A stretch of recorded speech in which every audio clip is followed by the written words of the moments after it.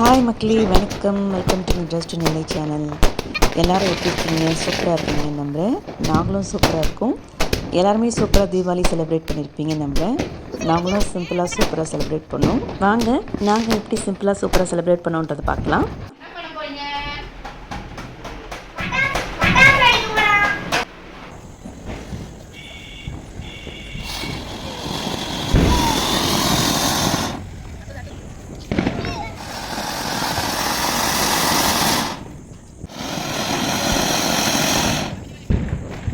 தீபாவளினாலே பட்டாசும் பலகாரமும் தான் ஸ்பெஷல். பட்டாசு வெடிக்கிறத பார்த்தாச்சு. பலகாரம்னு நான் எதுவும் ஸ்பெஷலாக செய்யலை. தீபாவளி அன்றைக்கி கொஞ்சம் ஸ்பெஷல் லன்ச் செஞ்சுருந்தேன், அதை தான் பார்க்குறீங்க. ஃபுல் ரெசிபி வீடியோலாம் எடுக்கல, பண்ணும்போது சின்ன சின்ன கிளிப்பிங்ஸ் எடுத்திருந்தேன், அதை தான் இங்கே இன்க்ளூட் பண்ணியிருக்கேன். தீபாவளி அன்றைக்கி லஞ்சுக்கு chicken biryani, egg, chicken 65. Chicken biryani தம்மில் போட்டு எடுத்தாச்சு. மேலே கொஞ்சம் ரைஸ் கொஞ்சம் ட்ரையாக இருக்கும் இல்லையா, இந்த மாதிரி மிக்ஸ் பண்ணி கொடுத்தா நல்லாயிருக்கும். கீழே இருக்க சிக்கன் பீசஸும் மேலே அப்போ தான் வரும், நம்மளுக்கு பரிமாறுறதுக்கு கரெக்டாக இருக்கும். தீபாவளி அன்றைக்கி செஞ்ச ஃபுல் லன்ச் மெனு பார்த்துடலாம். Chicken biryani, egg, PRAN fry, chicken 65 வறுக்க சாப்பிட்டுட்டாங்க குட்டீஸு, குலாப் ஜாமுன், தயிர் பச்சடி, பாயசம். இதுதான் எங்கள் வீட்டு தீபாவளி மெனு. தீபாவளி லீவ் முடிஞ்சு ஸ்கூல் ஆரம்பித்தோடனே என்னோடய பிஸி ரொட்டீனுமே ஆரம்பிச்சிருச்சு. காலையில் 5:30 மணிக்கெல்லாமே வேலையை ஆரம்பிச்சிட்டேன். நைட் டின்னருக்கு வேர்க்கடலை தோசை பண்ணலான்னு பிளான் பண்ணியிருந்தேன். அதனால் 5:30 மணிக்கு அரிசி ஊற வச்சுட்டேன். ஒரு 5 மணி நேரம் ஊற வச்சா தான் ஒரு 10:30 மணிக்கு மாவு அரைச்சி வச்சோன்னா டின்னருக்கு கரெக்டாக இருக்கும். மாவு புளிச்சு 3 கிளாஸ் அரிசி எடுத்திருக்கேன். அதே கிளாஸில் 1 கிளாஸ் வேர்க்கடலை எடுத்துக்கிறேன்.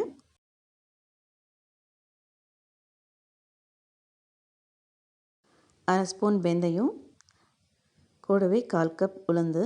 தோசைக்கு போடுறதுனால நான் அரிசியோடவே உளுந்து ஊற வச்சுட்டேன். இதை இட்லிக்கு போடுறதா இருந்தால் நம்ம உளுந்து தனியாக ஆட்டி எடுத்துப்போம். ரெண்டுத்தையும் கழுவி ஒரு 5 மணி நேரம் ஊற வச்சுக்கலாம். வேர்க்கடலை நல்லா ஊறினா தான் தோசைக்கு நல்லாயிருக்கும். ஒரு 10:30 மணி போல் ஆட்டினா நல்லாயிருக்கும். அந்த வேலையை முடித்த உடனேயே மஃபின்ஸ் செய்கிறதுக்கு ரெடி ஆகிட்டேன். பாப்பாவுக்கு ஸ்நாக்ஸுக்கு கொடுக்குறதுக்கு தான் மஃபின்ஸ் ரெடி பண்ணிகிட்ருக்கேன். இன்றைக்கி கோதுமை மாவில் தான் பண்ண போகிறேன்.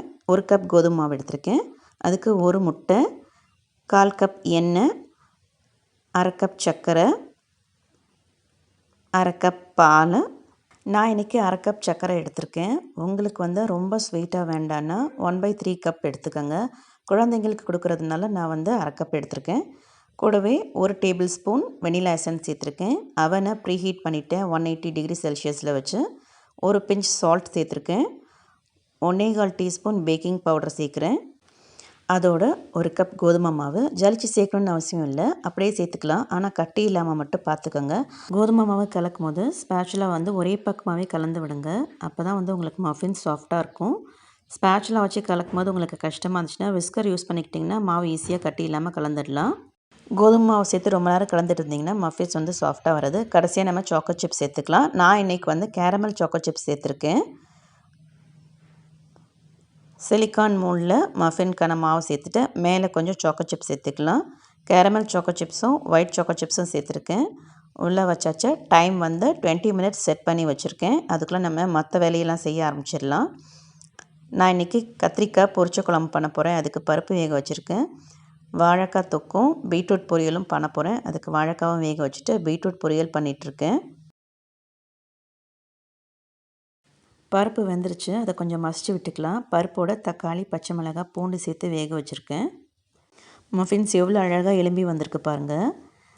20 மினிட்ஸ் முடிய போகுது. நான் அதுக்கு முன்னாடி ஆஃப் பண்ணி எடுத்துட்டேன். ஏன்னா 18 மினிட்ஸ்லேயே பேக் ஆகிடும். அதுக்கு ரொம்ப நேரம் வச்சா ஹார்ட் ஆகிட போதேன்னு வெளியில் எடுத்துட்டேன். இப்போ நம்ம வெளியில் எடுத்துகிட்டு ஒரு ஸ்கியூவர் வச்சு குத்தி பார்த்து வெந்திருக்கான்னு செக் பண்ணிக்கலாம். 2 நாளைக்கு முன்னாடி சாக்கோ சிப் மஃபின்ஸ் பண்ணியிருந்தேன். அதை ஷார்ட்ஸில் ஆட் பண்ணியிருப்பேன். அதுவுமே 18 மினிட்ஸ்லேயே பேக் ஆகிடுச்சு.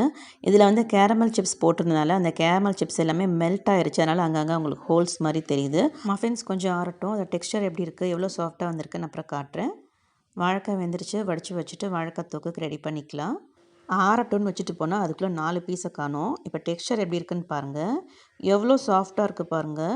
நம்ம போட்டிருந்த கேரமல் சிப்ஸ் எல்லாமே மெல்ட் ஆகி கூடுதல் ஸ்வீட்னஸ் கொடுத்துச்சு. அதனால தான் நான் 1/3 கப் சுகர் சேர்க்க சொல்லியிருந்தேன். இதே நீங்கள் சாக்கோ சிப்ஸ் சேர்க்குறதா இருந்தால் 1/2 கப் சுகர் சேர்த்துக்கோங்க. இனிப்பு கரெக்டாக இருக்கும். அடுத்து இந்த பக்கம் வாழைக்காய் தாளித்து விடுறதுக்காக தேங்காய் எண்ணெயில் கடுகு போட்டிருக்கேன். கடுகு பொரிஞ்சோடனே வெங்காயம், கருவேப்பிலை சேர்த்து வதக்கிட்டுருக்கேன். வெங்காயம் நல்லா வதங்கினோடனே இஞ்சி பூண்டு சேர்த்துருக்கேன். பாப்பா முழிச்சு வந்துட்டா, கேட்ட நிலையெல்லாம் நிற்க மாட்டா, தூக்கி தான் வைக்கணுன்ட்டா. இஞ்சி பூண்டு நல்லா வதங்கினோடனே ஒரு தக்காளி சேர்த்து வதக்கி விட்டு மூடி வச்சுருக்கேன். தக்காளி நல்லா வதங்கி மசிஞ்சு வந்துருச்சு. இப்போது வேக வச்ச வாழைக்காவை சேர்த்துக்கலாம். வாழைக்காவை சேர்த்து நல்லா வதக்கி விட்டுட்டு இதுக்கு தேவையான மிளகாத்தூள் சேர்த்துக்கலாம். நான் குழம்பு மிளகாத்தூள் தான் சேர்ப்பேன். 2 ஸ்பூன் குழம்பு மிளகாத்தூள் சேர்த்து கலந்து விட்டுட்டு சிம்மில் வச்சுருக்கேன். அந்த பக்கம் பீட்ரூட்டுக்கு தேவையான தேங்காய் பூ சேர்த்து கலந்து விட்டுட்டு அடுப்புலேருந்து இறக்கி வச்சாச்சு. பீட்ரூட் ரெடி ஆயிடுச்சு. இந்த பக்கம் வாழைக்காவும் ரெடி ஆயிடுச்சு. போட்டிருந்த மிளகாத்தூள்லாம் வதங்கி நல்லா பச்சை வாசனை போயிடுச்சு. அதையுமே இறக்கி மூடி வச்சிடலாம். அடுத்து குழம்புக்கு தாளித்து விட போகிறேன். தேங்காய் எண்ணெயில் சோம்பு தாளிச்சிருக்கேன். பொரிச்ச குழம்புக்கு சோம்பு தாளிச்சா தான் நல்லாயிருக்கும். அதோட வெட்டி வச்ச வெங்காயம், பச்சை மிளகாய், கருவேப்பிலை சேர்த்து வதக்கிக்கலாம். வெங்காயம் வதங்கினோடனே கத்திரிக்காயும் சேர்த்து வதக்கிக்கலாம். கூட முருங்கைக்காய், உருளைக்கிழங்கு போட்டாலும் நல்லாயிருக்கும். நான் இன்றைக்கி வெறும் கத்திரிக்காய் மட்டும் தான் போட்டிருக்கேன். இதோட 4 ஸ்பூன் குழம்பு மிளகாத்தூளும் சேர்த்துருக்கேன். அதோட வேக வச்ச துவரம் பருப்பையும் சேர்த்துக்கலாம். தக்காளி சேர்த்து வேக வச்சதுனால நான் வெங்காயத்தோட தக்காளி வதக்கலை.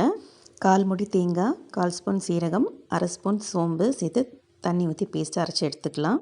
நான் துவரம் பருப்பு வேக வச்சு சேர்த்ததுனால 1/4 மூடி தேங்காய் சேர்த்துருக்கேன். துவரம் பருப்பும் சேர்த்து தேங்காயும் நிறையா சேர்த்தா ரொம்ப கெட்டியாகிடும் குழம்பு. புளி சேர்க்குறதா இருந்தால் தக்காளி கம்மி பண்ணிவிட்டு சேர்த்துக்கலாம். நான் இன்றைக்கி தக்காளி நிறைய சேர்த்ததுனால புளி சேர்க்கல. குழம்பு கொதித்து ரெடி ஆகிடுச்சு. இறக்கி வச்சுட்டேன். பாப்பாவுக்கும் பையனுக்கும் லஞ்ச் பேக் பண்ணி பாப்பாவை கொண்டு போய் ஸ்கூலில் விட்டுட்டு வந்துட்டு வீடெல்லாம் க்ளீன் பண்ணி முடிச்சுட்டு கரெக்டாக 10:30 மணிக்கு மாவு அரைக்க வந்துட்டேன். மாவு அரைச்சி முடிச்சாச்சு. நம்ம 10:30 மணிக்கு மாவு கரெக்டாக அரைச்சா தான் நம்மளுக்கு நைட் டின்னருக்கு ஒரு 8 மணி போல் மாவு நல்லா புளிச்சு பொங்கி வரும். தேவையான அளவு உப்பு சேர்த்து கலந்து விட்டு மாவை புளிக்க வச்சிடலாம். நைட் 8 மணி போல் மாவு புளிச்சு பொங்கி வந்து டின்னர் செய்யும் போது உங்களுக்கு காட்டுறேன் மாவு எந்த அளவுக்கு புளிச்சு வந்திருக்கு, தோசை எப்படி வருதுன்னு. அடுத்து ஒரு ப்ராடக்ட் ரிவ்யூ தான் பார்க்க போகிறோம். ஊக்கிலேருந்து 2 ப்ராடக்ட் வாங்கியிருந்தேன். ஒன்று வந்து lime scale spray plus scrub. இந்த lime scale spray plus scrub வந்து பாத்ரூம் டைல்ஸ்க்கு டேப்ஸ்க்கு யூஸ் பண்ண வாங்கினேன். அடுத்து பார்த்திங்கன்னா hard stain spray plus wipe. இந்த குழந்தைங்கனால நிறைய கரைப்படுது. இந்த க்ரேயான்ஸ் வச்சு பென்ஸ் வச்சு கிறுக்குறாங்க இல்லையா, அதெல்லாம் கூட எடுக்கிறதுக்கு இது யூஸ் ஆகும்னு போட்டிருக்காங்க. ரெண்டுத்தையுமே யூஸ் பண்ணிவிட்டு உங்களுக்கு வந்து ரிவ்யூ நான் கொடுக்குறேன்.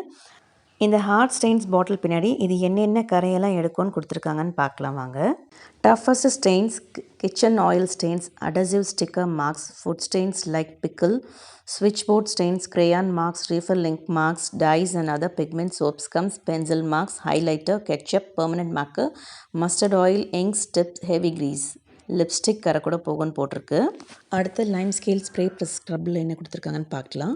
For the tough Lime scale soap scum, hard water deposits on the hard surface of bathroom floors, walls, toilets, kitchen top, balcony, mirrors, fittings like water tap, shower, wash basin taps, hand shower, faucet. இதில் இருக்கிற எல்லா அழுக்கும் கரையும் போகும்னு கொடுத்துருக்காங்க. Check பண்ணி பார்த்துடலாம். நான் இப்போ கிச்சனில் இருக்கிற ஃபாசெட்டில் இருக்கிற அந்த லைம் ஸ்கேல் டெபாசிட்ஸு, ஹார்ட் ஸ்டெயின்ஸில் தான் க்ளீன் பண்ண போகிறேன். ஃபஸ்ட்டு இந்த ஸ்ப்ரே வந்து லைம் ஸ்கேல் டெபாசிட்ஸு அந்த ஹார்ட் ஸ்டெயின்ஸ்லாம் ஸ்ப்ரே பண்ணிவிட்டு ஒரு 30 செகண்ட்ஸ் வெயிட் பண்ண சொல்கிறாங்க. ரொம்ப ஹார்ட் ஸ்டெயின்ஸாக இருந்தால் ஒரு 60 செகண்ட்ஸ் வெயிட் பண்ண சொல்கிறாங்க. எல்லா இடத்துலையும் ஸ்ப்ரே பண்ணி முடிச்சாச்சு. 30 செகண்ட் ஆகிடுச்சு. இப்போ ஸ்க்ரப் பண்ண ஆரம்பிக்கலாம். நான் ஸ்க்ரப் பண்ணுறதுக்கு ஸ்காட்ச் ப்ரைட்டும் அந்த ஸ்டீல் ஸ்க்ரப்பும் வச்சு தான் ஸ்க்ரப் பண்ணுறேன். இப்போ ஃபுல்லாக ஸ்க்ரப் பண்ணிவிட்டு ரிசல்ட் எப்படி இருக்குதுன்னு பார்க்கலாம். இப்போ இந்த பக்கம் பார்த்திங்கன்னா நல்லா அந்த அழுக்கெல்லாம் தெரியுதா, அது எல்லாமே போகுதான்னு பார்க்க போகிறோம். முக்கியமாக அந்த பின்னாடி இருக்கிற அந்த ரவுண்டில் தான் நல்லா துரு பிடிச்சி ரொம்ப அழுக்காக இருக்குது. இந்த பக்கம் வால்ஸில் கூட ஒவ்வொரு டைல்ஸோட ஜாயின்ஸ்லையுமே கருப்பாக இருக்குது. அதுலேயுமே ஸ்ப்ரே பண்ணியிருந்தேன். எல்லாத்தையுமே தேய்ச்சிட்ருக்கேன். இப்போ இந்த டேப்புக்கு கீழேயுமே ஸ்ப்ரே பண்ணிவிட்டு தேய்க்கிறேன். நானும் எவ்வளவோ லிக்விட்லாம் போட்டு கழுவி பார்த்தேன், போகலை. இது பல வருஷமாக இருக்கிற கரை. இப்போ ஒரே நாள்லேயே பார்த்திங்கன்னா இந்த அளவுக்கு அந்த துரு பிடிச்சது, அந்த அழுக்கு எல்லாமே போயிருக்குன்னா உண்மையாகவே இது வாவுன்னு தான் சொல்லணும். முன்னாடி ஃபுல்லாகவே ப்ரௌன் கலரில் இருந்தது. இப்போ பார்த்திங்கன்னா அங்கங்கே ஸ்பாட்டாக தான் இருக்குது. ரெகுலராக யூஸ் பண்ணி கழுவுனோன்னா கண்டிப்பாக இந்த கரை கூட இல்லாமல் போயிடும்.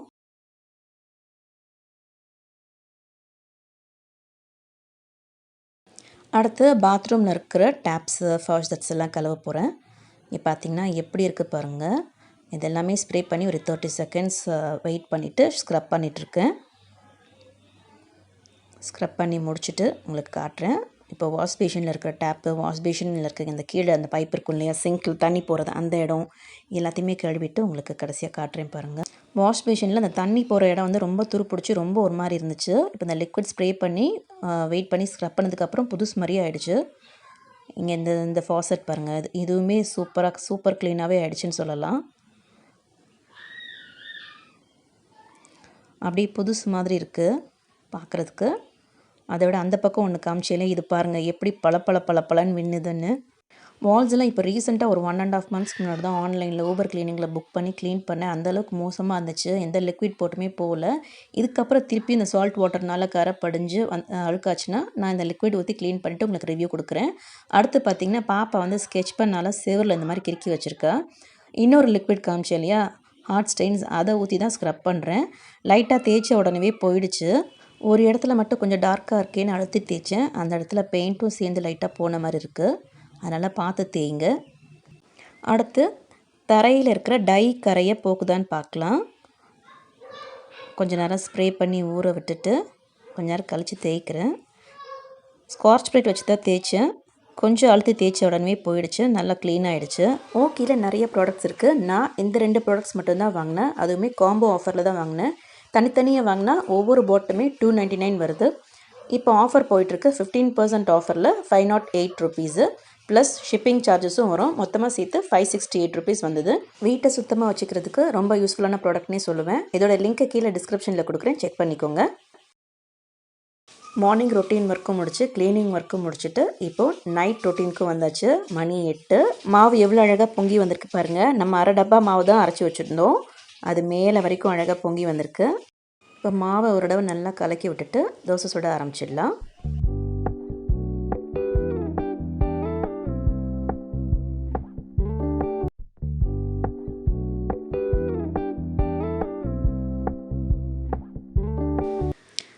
வேர்க்கடலை தோசை சூப்பராக கிறிஸ்பியாக ரெடி ஆகிடுச்சு.